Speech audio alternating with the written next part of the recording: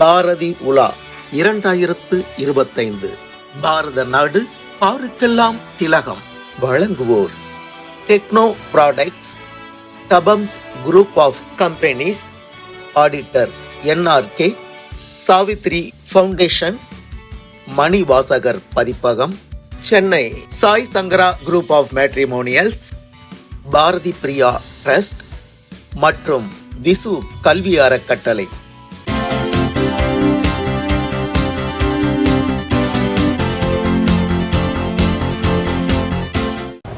JS Club, go!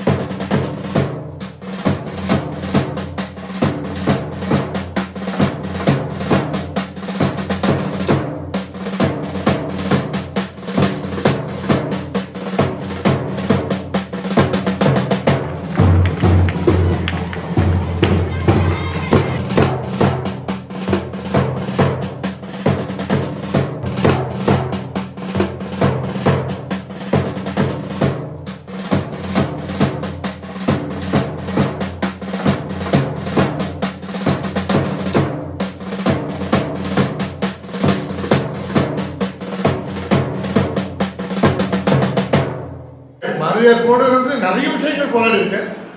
அதில் main முக்கியமாக இருந்தது பெண்களோட விடுதலைக்காக பாடுபட்டிருக்கிறது. இந்த மாதிரி நிறைய விஷயங்கள் இருக்குது, இதை பேசிட்டே இருக்கலாம்.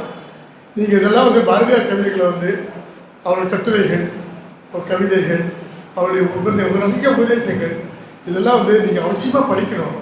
படிக்கிறதோடு மட்டும் இல்லை, அதன்படி நீங்கள் அவசியமாக நடக்கணும். அதுதான் ரொம்ப இம்பார்ட்டன்ட். இதை வந்து இந்த அருமையான இந்த ஒரு வாய்ப்பை வந்து இவங்க வந்து உங்களுக்கு கொடுக்குறாங்க, உரத்த சிந்தனை கொடுக்குறாங்க. அதை நிஜமாக நல்லா பயன்படுத்திக்கணும் அப்படின்னு வேண்டிக்கொண்டு இப்போ நல்ல வாய்ப்பை கொடுத்த உரத்த சிந்தனைக்கு மீண்டும் ஒருவரை நன்றி சொல்லி விடைபெறுகிறேன். நன்றி, வணக்கம்.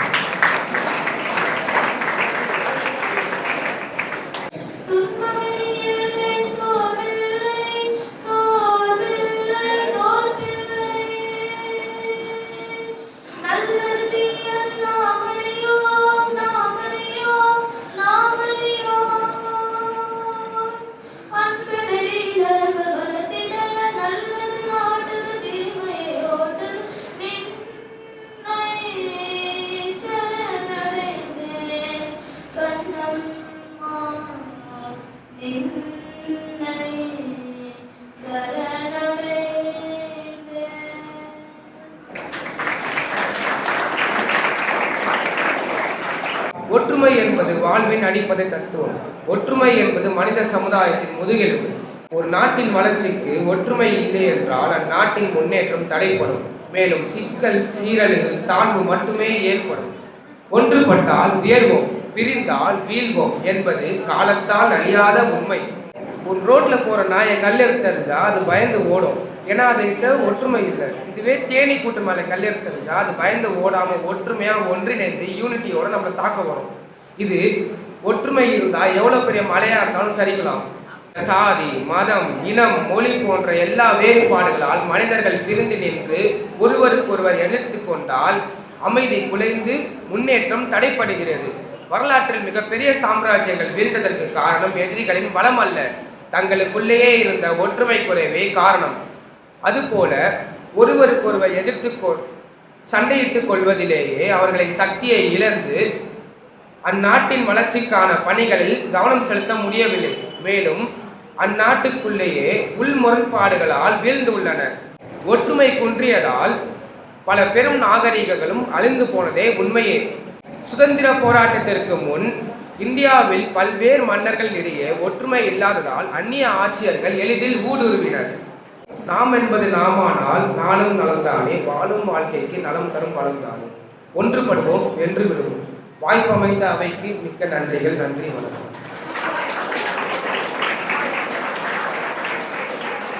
பாருக்குள்ளே மிகவும் பழமை வாய்ந்த நாடாக நம் பாரத நாடு விளங்குகிறது. இங்கு தோன்றிய சிந்துவெளி நாகரிகம் உலக நாகரிகங்களுள் தொன்மையானது. சிறந்த பண்பாட்டையும் உயர்ந்த பாரம்பரியத்தையும் உடையது நம் நாடு. இங்கு நிலவளம், நீர்வளம், கலைவளம் ஆகிய அனைத்தும் சிறப்பாக இருக்கிறது. உலகிலேயே மிக பெரிய மலையாக உள்ள இமயமலையே நம் நாட்டில் தான் உள்ளது. வற்றாத நீருடைய கங்கை நதியும் நம் ஊரில் தான் உள்ளது. வேதங்கள் தோன்றியதும் நம் நாடுதான். கௌதம புத்தர் தோன்றியதும் நம் நாட்டில் தான். உலகம் உருண்டை என்பதை கோப்பர்னிக்கஸ் குறிப்பதற்கு முன்பாகவே 1600 ஆண்டுகளுக்கு முன்பாகவே ஆரியபட்டர் தனது நூலில் விரிவித்திருக்கிறார். காஞ்சி, நாலந்தா, உஜ்ஜயினி ஆகிய இடங்களில் சர்வதேச பல்கலைக்கழகங்கள் அமைந்திருக்கிறது. அது நம் நாட்டுக்கு பெருமை அல்லவா? மருத்துவம். பாரத நாட்டின் மருத்துவ முறைகளான ஆயுர்வேதம் மற்றும் சித்த மருத்துவங்கள் மிக தொன்மையானது. சதுரங்கம் எனப்படும் செஸ் விளையாட்டு நம் நாட்டில் தான் கண்டுபிடிக்கப்பட்டது.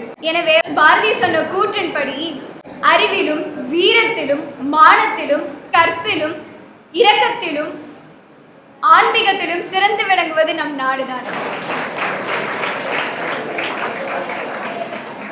பெண்ணுக்கு ஞானத்தை வைத்தார். பெண்ணினத்தின் விடுதலைக்காக மீசை துடித்த பாரதியின் தேசத்திலே அன்று எச்சில் தூறல்களாகவும் ஏவல் அடிமையாகவும் இருந்த பெண்கள் இன்று உலக சரித்திரத்தில் வானலாவிய உச்சத்தில். பெண்ணுக்கு ஞானத்தை வைத்தான் பாரதி. ஞானத்தின் சுடர் விளக்காய் பெண்கள். குவிந்திருக்கும் குப்பைகளை குடிக்கும் கரங்கள் முதல் குன்றிலேறும் கால்கள் வரை பெண்ணினம். விந்தை மனித தலை கவிழ அன்று வீட்டுக்குள் இருந்தவள் இன்று நாட்டின் எல்லையிலும் வீரமங்கையாக. ஆம், அவ்வை முதல் ஹர்மன் பிரீத் வரை எம் பெண்கள் அன்பிலும் அறிவிலும் திறமையிலும் மிகச் சிறந்தவர்களாக வாழ்ந்து கொண்டுதான் இருக்கிறார்கள். அனுமன் சென்ற தூது வெற்றி பெறவில்லை. அங்கதன் சென்ற தூது வெற்றி பெறவில்லை. ஏன், கண்ணன் சென்ற தூது கூட வெற்றி பெறவில்லை. ஆனால் அவ்வை சென்ற தூது வெற்றி பெற்றது. இதன் மூலம் பெண்ணுக்கு ஞானத்தை வைத்தால் என்று கூறிய பாரதியின் கூற்று இங்கு பலித்து விட்டது. சமீபத்தில் நடைபெற்ற மகளிர் ஒருநாள் உலக கோப்பையில் இந்திய மகளிர் கிரிக்கெட் அணி தென் ஆப்பிரிக்காவை வீழ்த்தி முதல் முறையாக வெற்றியை ருசி பார்த்தது. 52 வருட கனவு எம் பெண்கள் சரித்திரம் படைத்தனர். பட்டதாரியாகவும் பெண்கள், பட்டத்து இளவரசியாகவும் பெண்கள், விண்வெளியிலும் பெண்கள், விக்கெட் எடுப்பதிலும் பெண்கள். இப்படி எம் பெண்கள் எல்லா துறைகளிலும் தன்னுடைய சாதனையை பதிவு போடுகிறார்கள் என்பதை யாராலும் மறுக்க முடியாது. பெண்ணுக்கு ஞானத்தை வைத்தான் பாரதி. ஞானத்தின் சுடர் விளக்காய் பெண்கள். வாய்ப்பிற்கு நன்றி பாராட்டி விடைபெறுகிறேன். நன்றி.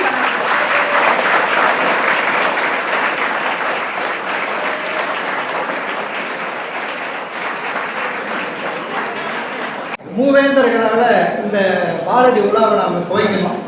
ஒன்று மறைந்த மாமனிதர் இயக்குனர் அமரர் விசு அவர்கள், அடுத்ததாக குணச்சித்திர நடிகர் டெல்லி கணேஷ் அவர்கள், அதற்கு பிறகு இப்பொழுது ஐயா SPM அவர்கள். இவங்க 3 பேரை வைத்து தான் இந்த பாரதி உலாவை நாங்கள் துவங்கினோம். இன்று இவருடைய SPM ஐயா அவர்களுடைய தலைமையில் இந்த பாரதி உலா சிறப்பாக 11 வருடங்களை நெருங்கி கொண்டிருக்கிறது. பாரதி இயக்கி கொண்டிருக்கிறார், இவர்கள் தான் ஊக்கப்படுத்தி கொண்டிருக்கிறார்கள்.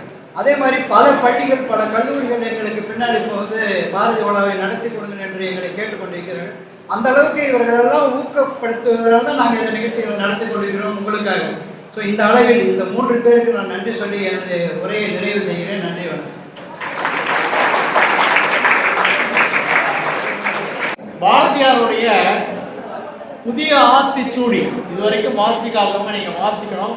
நான் ஒரு 3 புதிய ஆத்திச்சூடிகளில் 3 தேர்வு செய்திருக்கிறேன். எல்லாமே 2 வார்த்தை கொண்டது. ஒன்று புதியன விரும்பு. புதியன விரும்புனா என்ன? இன்னைக்கு எல்லாமே சேஞ்சஸ் ஆகிட்டு இருக்கு. புது விஷயங்கள் பள்ளிக்கூடத்தில் சொல்லித்தரும் ஒரு பாணி மாறி இருக்கிறது. மாணவர்களுடைய அந்த அப்ரோச் அது மாறி இருக்கிறது. டீச்சர்ஸுடைய ஒரு நோக்கமும் மாறி இருக்கிறது.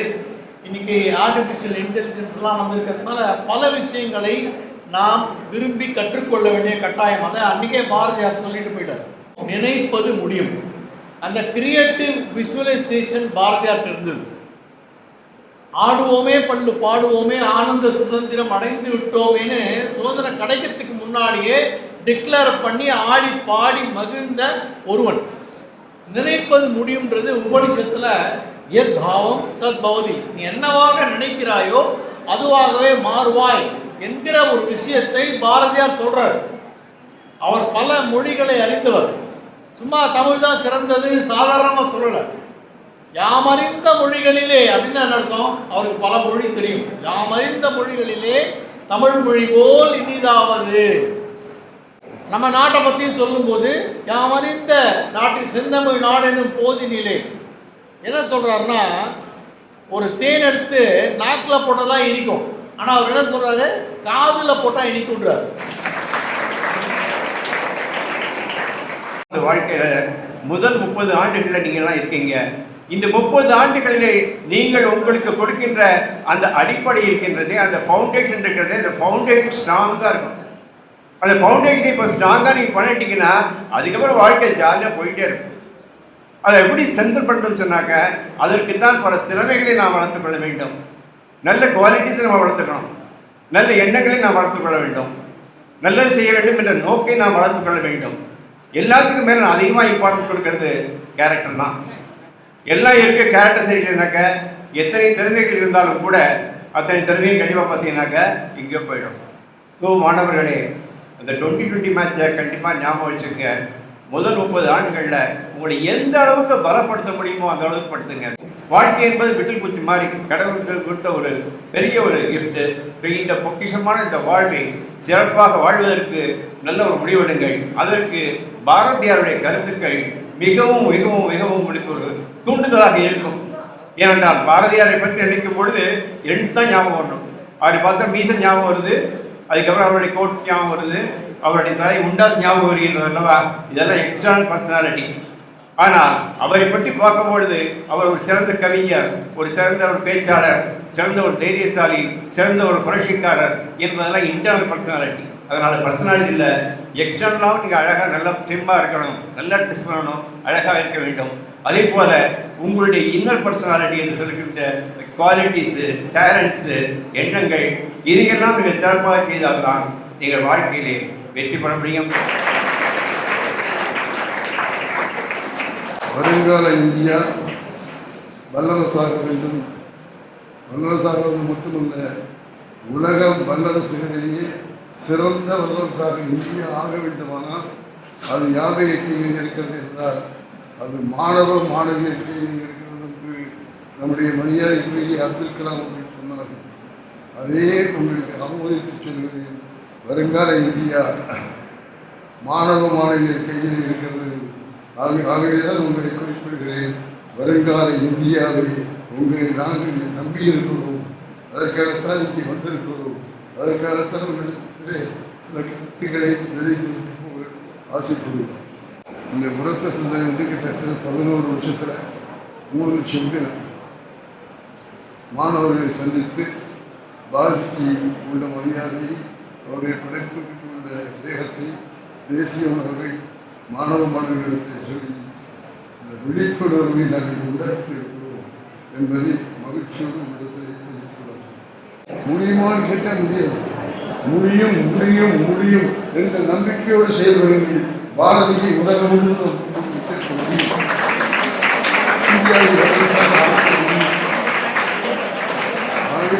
படிப்பு மட்டுமல்ல, நல்ல ஒழுக்கம், நல்ல செயல், நம்முடைய பண்பாடு, நம்முடைய கலாச்சாரம் இவைகளெல்லாம் செஞ்சால் நிச்சயமாக நம்ம இந்தியா உலகத்தில் வல்லரசாக இருந்த அப்துல் கலாம் அவர்கள் விரும்பியதை போல உலகத்திலேயே சிறந்த வல்லரசு இந்தியா என்று உங்களால் சொல்ல வைக்க முடியும்.